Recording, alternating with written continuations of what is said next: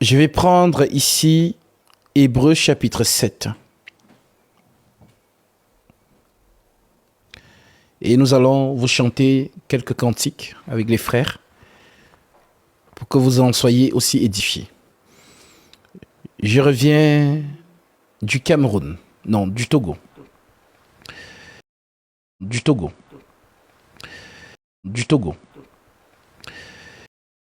Il y a du Ghana et des autres pays aux alentours.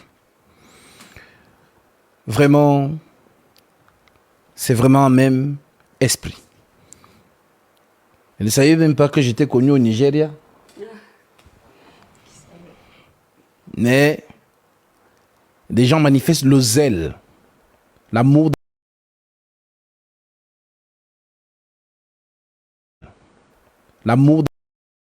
la vie. Alléluia! Amen. On va commencer. Et non, c'est sérieux. Nous sommes en train de mettre en place une régie. Soit il y aura un frère qui va traduire en anglais.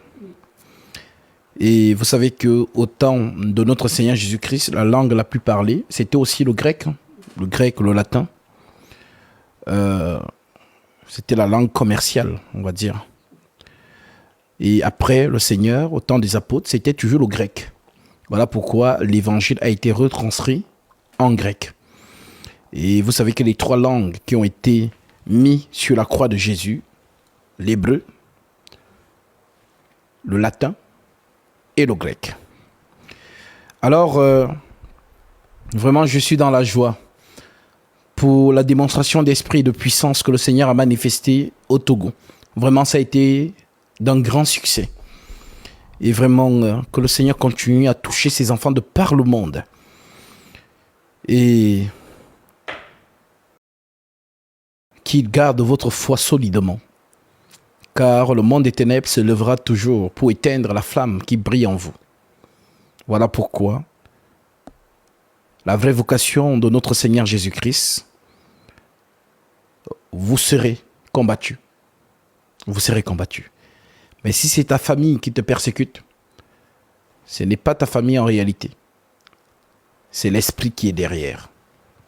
Voilà pourquoi le Seigneur nous dit, bénissez ceux qui vous persécutent. Priez pour vos ennemis. Est-ce que Jésus nous dit de prier pour les démons? Il dit prier pour vos ennemis. En d'autres termes, la personne qui te persécute, que ce soit ton père, ta mère, ton patron, ton entourage, en réalité, ce n'est pas lui, c'est ton corps. Mais il y a un esprit derrière, dans Satan, qui te persécute au travers de lui. Voilà pourquoi tu ne peux pas détester un homme, mon frère. Tu ne peux pas détester ton semblable, ma sœur. Nous avons l'amour pour tous. Même pour ceux qui ne confessent pas. Le Seigneur, l'Écriture dit, Dieu fait descendre sa pluie sur les bons comme sur les mauvais. Si Dieu devait regarder que dans lui, là, il ne croit pas en moi, la pluie ne tombe pas sur lui, ni le soleil.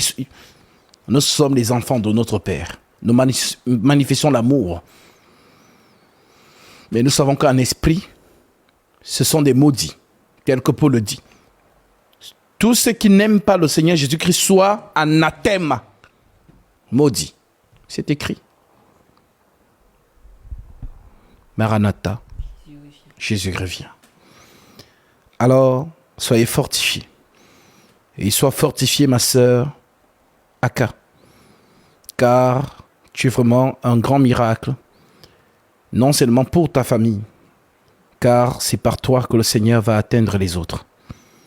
Voilà pourquoi ton baptême suscite autant d'effervescence. Sois fortifié. Et tous les frères et sœurs qui ont reçu leur baptême, soyez fortifiés. Alors, comme je vous l'ai toujours dit, même lorsque Moïse sort avec les enfants d'Israël de l'Égypte et traverse la mer Rouge, est-ce que Pharaon est resté sur son trône?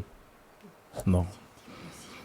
On dit que Pharaon attela son char à la suite des enfants d'Israël. Satan ne vous laissera pas tranquille. Si vous croyez que être en Jésus, c'est être en paix, tapis rouge, ce n'est pas le vrai Jésus. Ça, c'est le Jésus des luthériens. Ça, c'est le Jésus des églises réveillées. Les églises où on chasse les démons en faisant les karatés là. Karaté. Ush. Ah. Fire. Non. C'est pas ce Jésus-là. Le vrai Jésus. Là où il y a Jésus même, c'est là où Satan est. Je répète encore. Là où il y a le vrai Seigneur Jésus, c'est là où Satan vient même. Jésus était dans le jardin d'Éden. Satan est aussi venu. Jésus a parlé avec Adam. Satan a parlé avec sa femme. Au sein des apôtres, les 12, Satan était là. Jésus le savait. N'est-ce pas moi qui vous ai choisi, vous les 12? Et l'un parmi vous est un démon. L'un parmi vous est possédé par un démon? Non. L'un parmi vous est un démon. Satan. Voilà donc pourquoi, ma sœur, mon frère, les persécutions que tu auras, que toutes ces choses de la vie n'éteignent pas ta foi. Car Satan va souffler sur tes biens afin que tu perdes la joie du Christ. Mais en tout cela, c'est là que tu es vainqueur. Car l'Écriture dit, c'est quand je suis faible, c'est alors que je suis fort. Alors, soyez fortifiés. Hébreux 7, verset 1. En effet, ce Melchisédek, roi de Salem, qui alla au-devant d'Abraham lorsqu'il revenait de la défaite des rois, qui le bénit et à qui Abraham donna la dîme de tout. La dîme de tout. Roi de Salem, roi de paix, c'est-à-dire roi de paix, qui est sans père. Melchisédek n'a pas de père. Qui est sans mère. Melchisédek n'a pas de mère.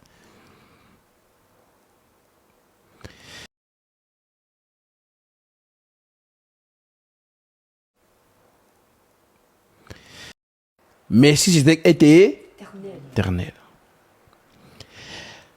La précision est celle-ci. Mais qui est rendu semblable au Fils du Très? Finalement, c'est qui Melchisédek? Parce que nous, on sait que Jésus avait une mère. Marie. L'Écriture le dit, Marie, sa mère.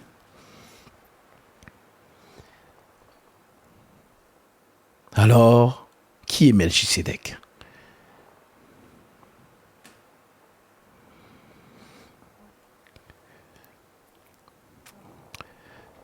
Considérez combien est grand celui à qui le patriarche Abraham donna la dîme du butin.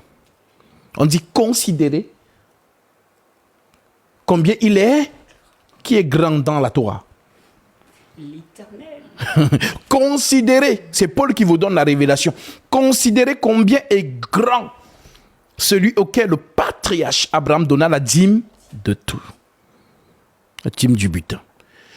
C'est des fils de Lévi qui exercent le sacerdoce, ont d'après la loi l'ordre de lever sur le peuple. L'ordre de lever la dîme sur le peuple. Dont la dîme est une ordonnance de la loi.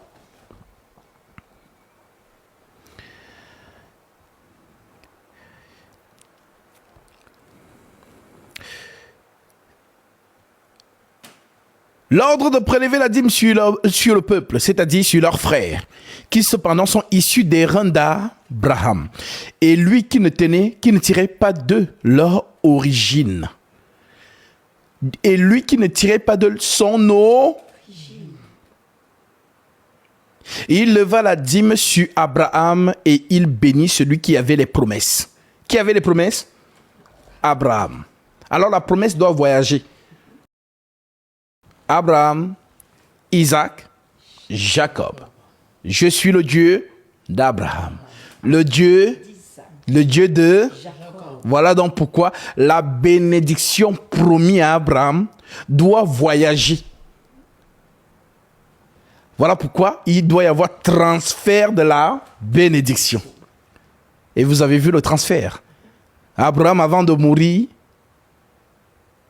il bénit son fils Isaac. Isaac, à son tour, avant de mourir, il bénit qui? Est-ce que Jacob, c'est l'aîné? Non. Mais c'est l'aîné qui doit prendre la place. Mais Dieu est Dieu, car il a prophétisé. Le plus grand sera assujetti au plus. Alors, comme Dieu, lorsqu'il dit quelque chose, cela arrive, comment ça va se faire? Dieu va donc créer des circonstances. D'ailleurs, le fils aîné, Ésaü, va désobéir à sa maman. Parce que sa mère avait dit que mes fils ne prennent pas pour femmes les filles de Heth, en d'autres termes les Cananéennes. Mais Ésaü est allé tomber amoureux d'une femme cananéenne. C'est là où sa mère et lui, ils se sont gâtés, comme on dit en Côte d'Ivoire. C'est gâté. Alors la mère s'est attachée à Jacob. Maintenant, lorsque le père veut bénir son fils préféré, Ésaü lui dit, va me chercher un gibier afin que je mange et que je te bénisse. Lisons un peu cette bénédiction. Et nous reviendrons sur Hébreux 7.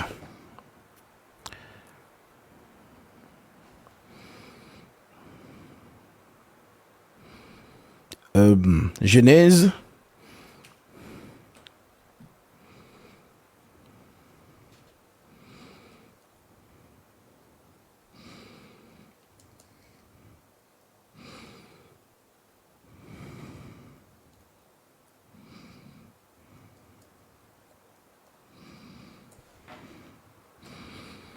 Genèse 27. Nous prenons à partir du verset 1. Isaac devenait vieux, puisque la bénédiction doit... Si vous ne comprenez pas ces choses, vous n'allez jamais comprendre la bénédiction de Jésus. Toi, tu es païenne, tu n'es pas israélite, mais je suis béni en Christ dans les lieux célestes. Comment? Comment? La bénédiction donnée à Abraham doit voyager. Isaac devenait vieux et ses yeux étaient affaiblis, au point qu'il ne voyait plus. Alors il appela Ésaü et non Jacob.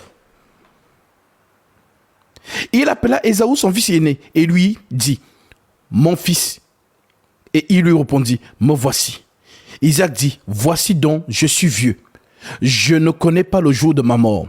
Maintenant donc, je te prie, prends tes armes, ton carquois, ton arc, va dans les champs et chasse du gibier. Fais-moi un mets comme j'aime et apporte-le-moi à manger afin que mon âme te bénisse avant que je ne meure. Rebecca écouta ce qu'Isaac disait à Ésaü, son fils. Donc pendant que le papa parle avec son fils aîné, la maman écoute derrière le mur. Donc mon frère, l'expression qui dit les murs ont des oreilles. Si tu pensais que c'est le vrai mur, c'est que tu n'as rien compris. Le mur, c'est que tu n'as rien compris. Le mur,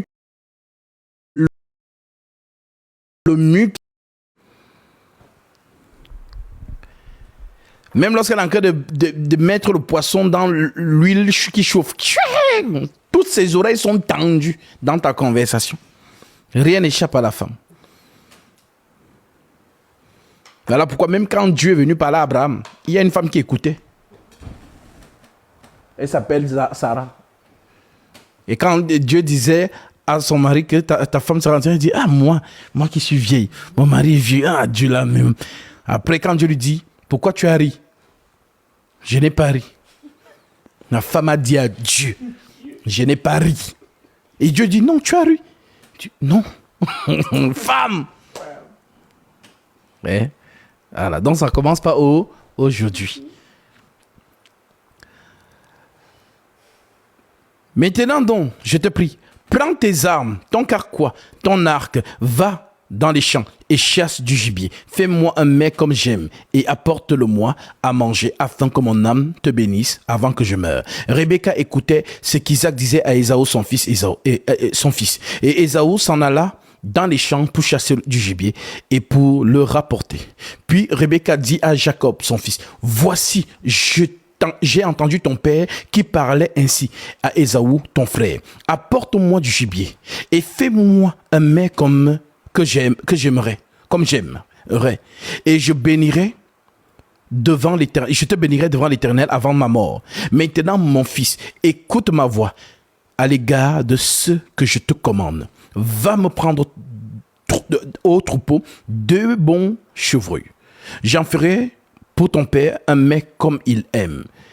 Et tu le porteras à manger à ton père afin qu'il te bénisse avant sa mort. Jacob répondit à sa mère, voici Ésaü, mon frère est velu, et je n'ai point de poil. Peut-être mon père me touchera-t-il, et je passerai à ses yeux pour un menteur, et je ferai venir sur moi la malédiction et non la bénédiction. Sa mère lui dit, que cette malédiction, mon fils, retombe sur moi. Écoute seulement ma voix, et va me les prendre. Jacob alla les prendre et les apporta à sa mère, qui fit un mets comme son père aimait. Ensuite, Rebecca prit les vêtements d'Ésaü, son fils aîné, les plus beaux qui se trouvaient à la maison, et elle les fit mettre à Jacob, son fils cadet. Elle couvrit ses mains de la peau des chevreuils et son cou qui était sans poil. Et elle plaça dans la main de Jacob, son fils, les mets et le pain qu'elle avait préparé. Il vint vers son père et dit, mon père Isaac. Et Isaac dit, me voici. Qui es-tu, mon fils? Jacob répondit à son père, je suis Ésaü, ton fils aîné. C'est un mensonge. Isaac dit à son fils, et quoi? Tu as déjà trouvé mon fils? Et Jacob répondit, c'est que l'Éternel, ton Dieu, l'a fait venir devant moi. Isaac dit à Jacob, approche donc que je te touche, mon fils, pour savoir si tu es mon fils. Et moi, je ne bénis que si tu n'es pas Ésaü, je ne te bénis pas. Un seul a la bénédiction, il s'appelle Jésus-Christ. Donc, si tu veux être béni, il faut que tu portes les vêtements d'Ésaü. Est-ce que tu as compris le message? Est-ce que, ma sœur, tu as compris le message contenu dans cette écriture? Jacob doit se faire passer pour Ésaü pour recevoir la bénédiction de son père. Voilà pourquoi celui qui n'a pas le Saint-Esprit, Dieu ne l'écoute pas.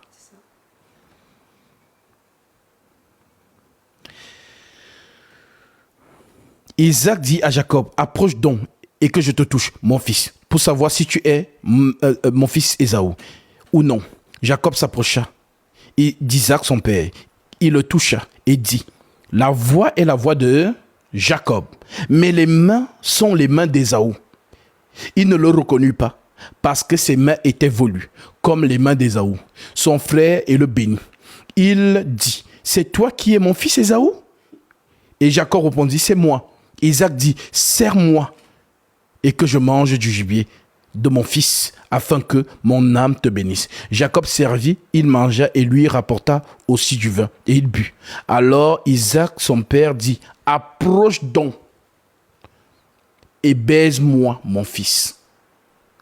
Jacob s'approcha et le baisa. Isaac sentit l'odeur de ses vêtements.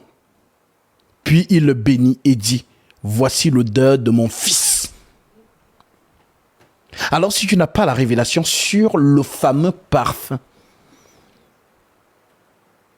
qui doit être répandu sur le peuple d'Israël et que chaque souverain sacrificateur devait faire le parfum dans le lieu très saint, c'est ici. Car un seul est le parfum de Dieu, le parfum du Seigneur Jésus-Christ. Ce parfum qui arrête la colère, ce parfum qui bénit.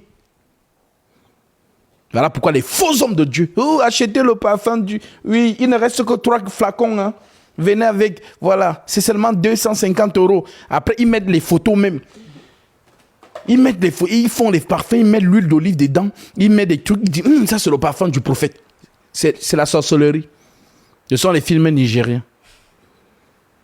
N'achetez pas ces choses-là. Les choses que Makosso, le Vatican, parce que Makosso, il est clair, il dit que non, quand c'est moi qui vends, vous parlez de moi. Mais quand c'est le Vatican, vous ne dites rien. Oui, oui, le Vatican vend aussi les parfums de Saint-Michel, Archange. Le Vatican vend des huiles. Allez à Lourdes, vous allez voir tous ces ustensiles là-bas. N'achetez pas ces choses. Vous logez des démons dans vos maisons. Alors, le parfum de l'odeur qui pardonne les péchés. Car on dit que Noé sortit dans l'arche. Il a fait le sacrifice. Il a fait le sacrifice. Il a fait le sacrifice. Il a fait le sacrifice. Il a posé. Je ne détruirai plus la terre. Lorsque j'aurai amassé les nuées pour faire descendre la pluie sur la terre, l'arc apparaîtra et je me souviendrai de mon alliance. Alléluia. Alors l'histoire du parfum, ma sœur, c'est ici. Car Dieu parle tantôt d'une manière, tantôt d'une autre, mais l'on y prend. J'espère que tu comprends le message. J'espère que tu comprends le message.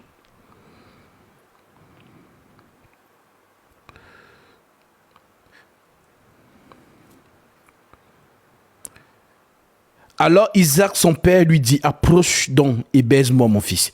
Jacob s'approcha et le baisa. Isaac sentit l'odeur de ses vêtements.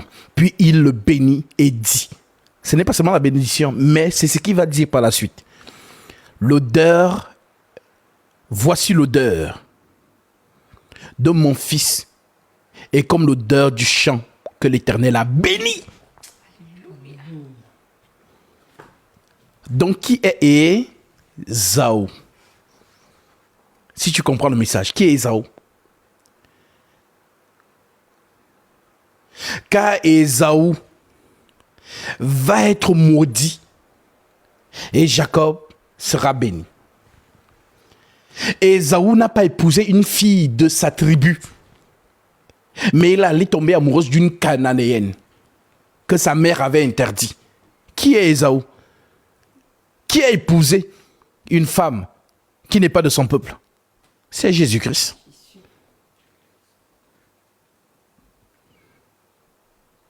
Car la première femme de Salomon était une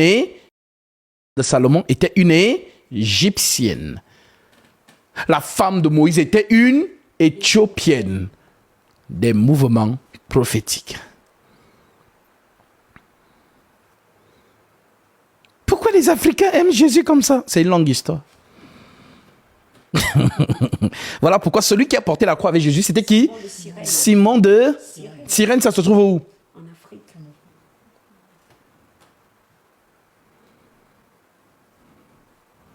Alors oui, il est devenu péché, malédiction. C'est ce que Paul vous prêche dans Galates chapitre 12. Galates chapitre 3 verset 12. Il est devenu malédiction pour nous.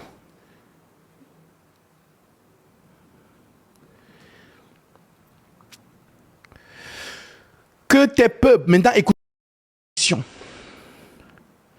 que des peuples te soient soumis et que des nations se prosternent devant toi. Sois le maître de tes frères et que les fils de ta mère se prosternent devant toi. Maudit soit quiconque te maudira et béni soit quiconque te bénira. Bénira. Isaac avait fini de bénir Jacob et Jacob avait à peine quitté son père Isaac qu'Ésaü, son frère, revint de la chasse. Il a pris la bénédiction. Est-ce que c'est la bénédiction de Jacob? Non, c'est la bénédiction d'Isaac qu'il a volée. Mais cette bénédiction concerne qui? Parce que si tu vois, tu juges Jacob, c'est que tu ne comprends pas mon langage. Toutes ces phrases, c'est pour Jésus. Nation. La loi, les psaumes et les prophètes n'ont parlé que de moi. Si tu comprends ces choses, tu es heureuse. Si tu comprends ces choses, tu es heureux. Ce n'est pas tout le monde qui comprend ce livre. Il est énigmatique.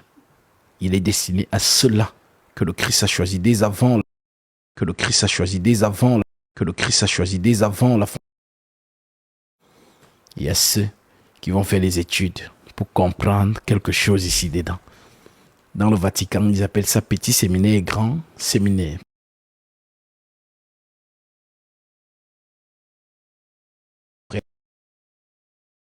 Abbé, cardinal et autres. Dans le système des églises réveillées, ils vont faire quoi? La théologie. Master 1, Master 2. Mais nous, c'est dans le sang. Nous sommes nés comme ça. C'est ce qu'on appelle don. Le don est inné. On n'apprend pas à la main à arrêter. Faites l'expérience avec un nouveau-né qui vient de naître. Donne-lui ton doigt. Il va s'agripper direct. La fonction de la main, elle est innée. C'est ça qu'on appelle don. Alors,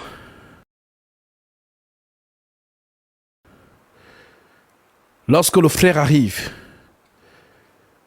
Isaac avait fini de bénir Jacob et Jacob avait à peine quitté son père Isaac qu'Ésaü, le frère, revint de la chasse.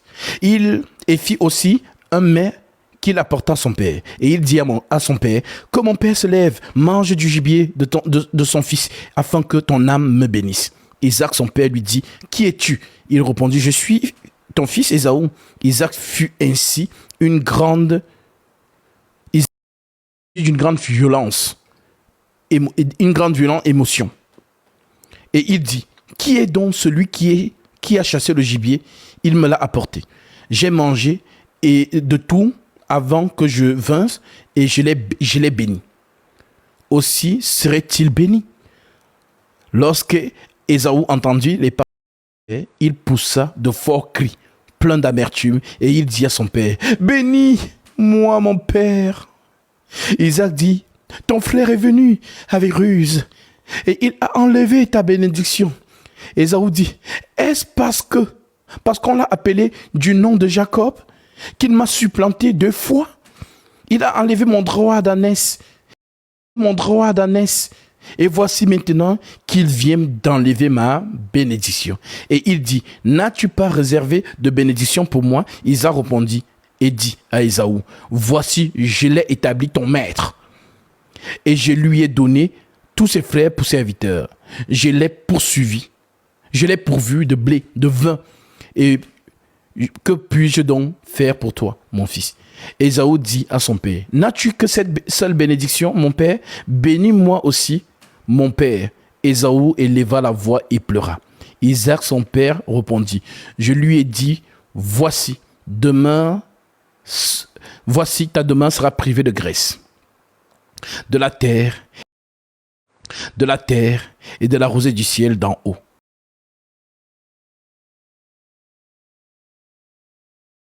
Du ciel d'en haut. Voilà la bénédiction de Ésaü. Dessus ton cou. Ésaü conçut de la haine. Ésaü conçut de la haine contre Jacob. La bénédiction de Jacob tombe sur qui? Sur nous. Est-ce qu'il y a une écriture qui dit ça? Lisons. Genèse chapitre 49.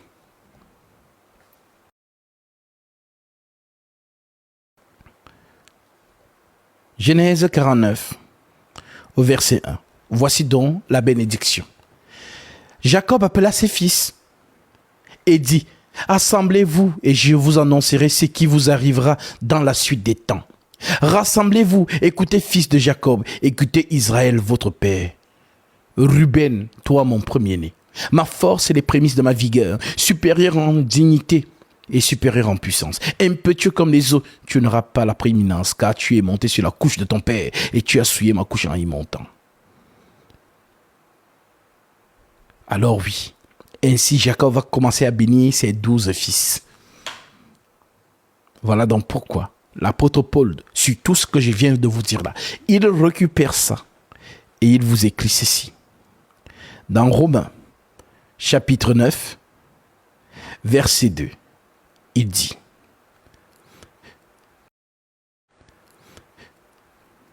Romains 9, verset 2.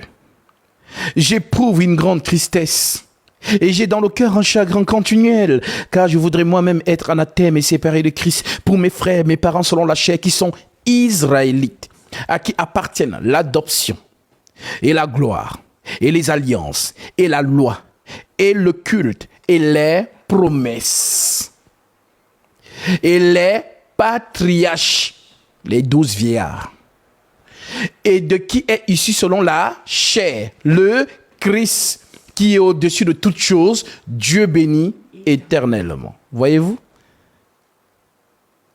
Voilà donc pourquoi toute cette bénédiction se retrouve en Jésus-Christ. Voilà pourquoi l'Écriture dit donc, toutes les familles de la terre seront bénies en toi. Alors, lorsque Jésus vient, il rassemble aussi 12, il leur donne la bénédiction. Allez, et faites de toutes les nations les baptisants au nom du Fils et du Saint-Esprit. Et enseignez-leur à observer tout ce que je vous ai prescrit. Et voici, je serai avec vous tous les jours jusqu'à là. Alors, lorsque je viens au-devant de toi, l'Écriture dit, béni soit celui qui vient au nom du... Et le nom du Seigneur, c'est quoi? La parole. Apocalypse chapitre 19, verset 11. Il avait un nom écrit que personne ne connaissait si ce n'est lui-même. Et son nom est la parole de Dieu. Au commencement était... La parole était avec Dieu. Et la parole était... Nous vous annonçons Dieu. Le message de Jésus-Christ, c'est le message de Dieu. Alors quiconque reçoit ce message, reçoit le Christ. Et lorsque tu es baptisé, conformément à la sainte doctrine, tu entres dans l'héritage du Maître, qui n'est rien d'autre que la vie éternelle. Voilà la petite exhortation que je voulais vous apporter, passant par l'épître aux Hébreux, Melchisédek.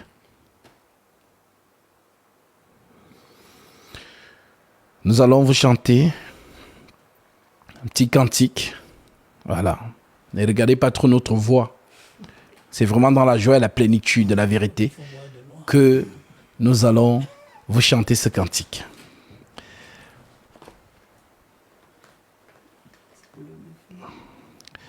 Colonne de feu. Colonne de feu, colonne de nuée, marchons tout joyeux, tu nous montres le chemin, buisson ardent, présence constante, pilier imposant, tu nous montres le chemin, porté étendard, dressé pour ta gloire, signe divinatoire, tu nous montres le chemin. Arche bénie, arche choisie, Seigneur, nous voici, soudés et unis, même esprit. Même esprit. Alléluia. Alors, Ismaël Aka est déjà notre frère en Christ. C'est encore en vision. Cela sera manifeste. Le Seigneur est derrière sa parole pour l'accomplir. Nombre 12, verset 5. Lorsque je parlerai à un prophète parmi vous, c'est dans une vision que moi, l'Éternel, je me révélerai à lui. C'est dans un songe que je lui parlerai. Le Seigneur m'a parlé. J'ai vu Ismaël Aka en vision. Je l'ai baptisé. Voilà donc pourquoi il est étonné que sa petite sœur ait pris son baptême. Dieu entre dans ta famille, Ismaël Aka. Ne t'inquiète pas. Ne te demande pas comment ça va se faire. Même si tu parles comme tu fais tes lives là pour ceux qui te suivent bêtement là. Ne t'inquiète pas. Moi, j'ai connu quelqu'un qui était plus zélé que toi contre le Christ. Il s'appelait l'apôtre Paul. Saul de Tarse. Fervent persécuteur de l'Église et de Jésus. Mais il est devenu le plus grand, qui a reçu la plénitude, qui a reçu la plénitude, qui a reçu la plénitude de la serviteur de Dieu et apôtre de Jésus-Christ pour la foi des élus de Dieu et de la connaissance de la vérité qui est selon la piété, lesquels reposent sur l'espérance de la vie éternelle, promise dès les plus anciens temps par le Dieu qui ne ment point, et qui a manifesté sa parole en son temps par la prédication qui m'a été confiée d'après l'ordre de Dieu, notre Sauveur. Alors oui, Ismaël Aka, tu vas me rejoindre. Nous allons prêcher le Christ ensemble. Ne t'inquiète pas. Même si tu sais que dans le Coran, c'est écrit que si on renonce au prophète, à ce faux prophète, Muhammad, on est coupable de mort. Parce qu'on appelle ça dans l'islam l'apostasie. Ne t'inquiète pas. Celui qui est en nous est plus puissant que celui qui est dans le monde. Je ne quitterai que cette terre quand le Seigneur l'aura ordonné. L'apôtre Paul a prêché le Christ. L'apôtre Paul a démontré la puissance. Mais Paul est mort atrocement. On l'a égorgé. Jésus était où? C'est son dessein. Parce que tous devaient boire la coupe du Maître. C'est Pierre, surtout lui. Non, Seigneur, même si tous t'abandonnent, moi, je ne t'abandonnerai pas. Est-ce que vous pouvez boire ma coupe? Oui, on peut la boire. Il est vrai que vous la boirez. Oui. Si vous n'aviez pas dit que non, c'est que non. Mais quand vous avez dit que vous voulez boire sa coupe, vous avez bu. Voilà pourquoi ils sont morts atrocement. On a coupé la tête de Jacques, Actes chapitre 12. Pierre, on devait couper sa tête le lendemain. Et Jésus l'a délivré de la prison. Étienne a été couvert de pierres. Tu imagines, on te lapide. Pierre, tellement on t'a lapidé que les pierres ont formé une montagne sur toi. Jésus-Christ. Oui, la coupe du Maître. Donc, si je dois mourir ainsi, un jour, alors pour la gloire de Dieu. Lorsque nous acceptons cette vocation, le Seigneur dit, Matthieu chapitre 16, verset 24. Si quelqu'un veut venir après moi, qu'il renonce à lui-même, qu'il se charge de sa croix et qu'il me suive. Oui, la croix du Seigneur, la persécution. Et je termine en lisant 1 Pierre, chapitre 1, verset 6, qui déclare: c'est là ce qui fait votre joie, puisque maintenant, puisqu'il le faut, vous soyez attristés pour un peu de temps, afin que l'épreuve de votre foi, plus précieuse que l'or périssable, qui cependant est éprouvé par le feu, ait pour résultat la louange, la gloire, l'honneur, lorsque Jésus-Christ paraîtra. Lui que vous aimez sans l'avoir, la foi. Tu l'as vu où? Tu es amoureuse de lui, Jésus, tu l'as vu où? C'est la foi. À cause du message du Christ. Alors Pierre te le rappelle, toi qui l'aimes sans l'avoir vu, lui l'a vu. Voilà pourquoi il a dit, je vais lire ça tout à l'heure, nous ne vous annonçons pas ces choses comme ayant lu des fables, mais comme ayant vu sa majesté de nos propres yeux. Lui que vous aimez sans l'avoir vu, en qui vous croyez sans le voir encore, vous réjouissant d'une joie ineffable et glorieuse, parce que vous obtiendrez le salut de vos âmes pour prix de votre foi. N'est-ce pas merveilleux? Alors oui, le Jésus que nous annonçons, ce n'est pas le Jésus du mariage. Ce n'est pas le Jésus de promotion au travail. Oh, je vois, Dieu me dit dans 3 jours, je vois que tu vas tomber enceinte. Non, ce n'est pas le Jésus que nous prêchons. Non, nous prêchons le royaume des cieux. L'Écriture nous dit dans cette vocation, concernant le mystère de la piété. La vocation, son salaire, n'est pas ces choses. Mais c'est quoi le salaire de la piété? Lisons Paul, 1 Timothée chapitre 6. 1 Timothée 6, verset 3. L'apôtre Paul nous dit, inspiré du Saint-Esprit, si quelqu'un enseigne de fausses doctrines et ne s'attache pas aux saintes paroles de notre Seigneur Jésus-Christ et de la doctrine qui est selon la piété, il est enflé d'orgueil, il ne sait rien, il a la maladie des questions oiseuses, les questions oiseuses d'Ismaël à Aka. La maladie des questions oiseuses et de disputes de mots,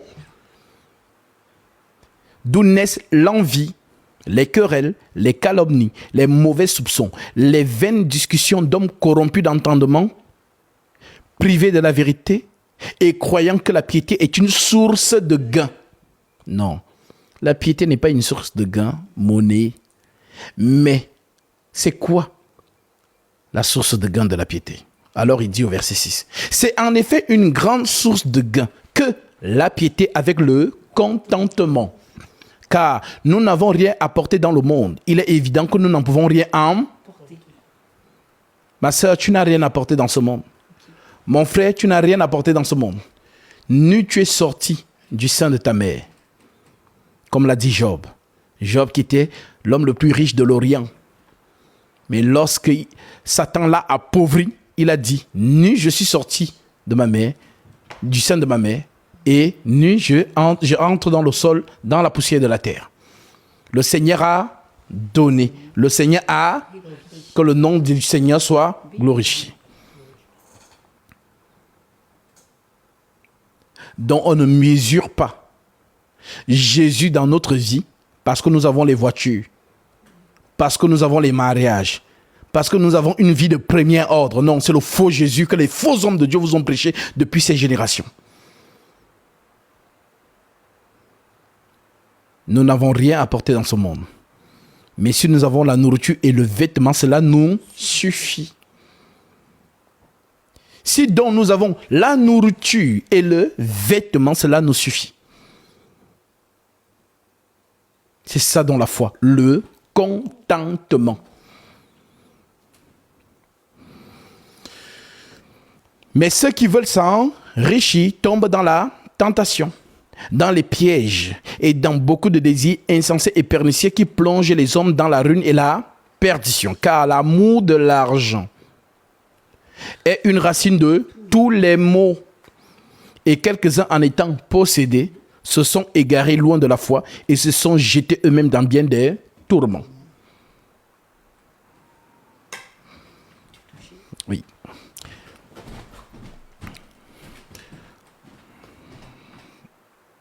Non, il faut que tu ramènes dans le truc. Il y a une flèche là. Non, pas là-bas.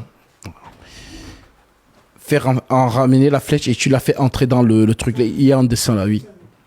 Non, non. Attends, je vais faire. Sinon, ils vont bloquer. Parce qu'ils pensent que nous sommes des robots.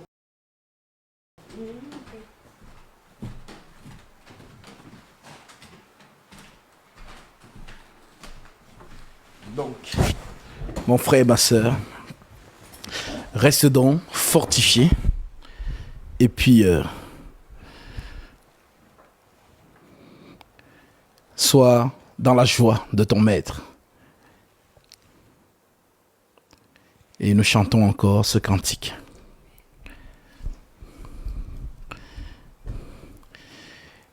Libéré, libéré,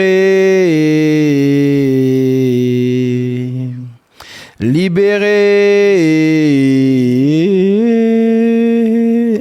libéré, je te reçois, je te reçois, je te reçois, je te reçois, Yeshua, Yeshua, Yeshua, Yeshua. Oui, libérés nous sommes. Nous avons reçu le Christ, Yeshua. Ce n'est plus nous qui vivons, c'est Christ qui vit en nous. Ce n'est pas un slogan, c'est une réalité. Alors, si c'est Christ qui vit en moi, je suis donc engagé à servir le Maître dans cette vocation. Comme les apôtres l'ont dit jadis, nous sommes devenus les badeurs de ces siècles, un sujet de moquerie. Alors on se moquera de toi. Mais souviens-toi des dits du Maître. Heureux serez-vous lorsqu'on vous outragera et qu'on dira de vous toutes sortes de mal à cause de moi. Réjouissez-vous et soyez dans l'allégresse, car c'est ainsi qu'on a persécuté ceux qui ont été avant vous. Alors courage à tous les saints. Rendez-vous au Cameroun et que le Seigneur vraiment continue à garder ferme et vivante votre foi. Sur ce, que le Seigneur vous bénisse. Peut-être le frère Binelli va vous dire quelque chose. J'ai pas grand chose à dire, moi je voulais montrer le maillot. Je voulais montrer le maillot du Togo. Il faut le retourner. Oh là là. Ça c'est le cadeau du Togo. Bon. Des frères et sœurs du Togo. Bon, même esprit. Même esprit. Bon, la personne qui l'a fait là, c'est une seule personne, hein, mais même esprit, mais bon. Bon. Voilà. Gatsby 7. Même esprit. Même esprit. Alléluia. De toute façon, shalom à tous. Je voulais spécialement remercier le frère Paul parce que, désolé, on en a pris plein les yeux. Vraiment,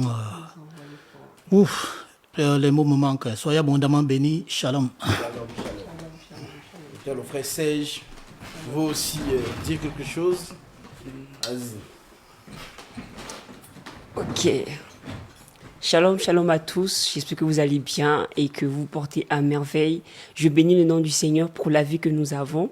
Et j'incite mes frères et sœurs à demeurer fermes dans la parole du Seigneur comme il a pu nous laisser dans 2 Thessaloniciens 2, verset 15. Il dit, ainsi donc frères, demeurez fermes et retenez les instructions que vous avez reçues, soit par nos paroles ou par nos lettres. Et aujourd'hui, la parole des apôtres sont avec nous. Et nous devons rester fidèles. Allez, shalom à tous et à toutes. Portez-vous bien. Un seul esprit. Donc, c'est une joie constante, une joie vraiment débordante. L'Église du Seigneur ne s'est jamais endormie. Pourquoi on l'appelle réveil? Elle s'est endormie quand? L'Église du Seigneur n'a jamais cessé d'exister. Elle vit par les lettres.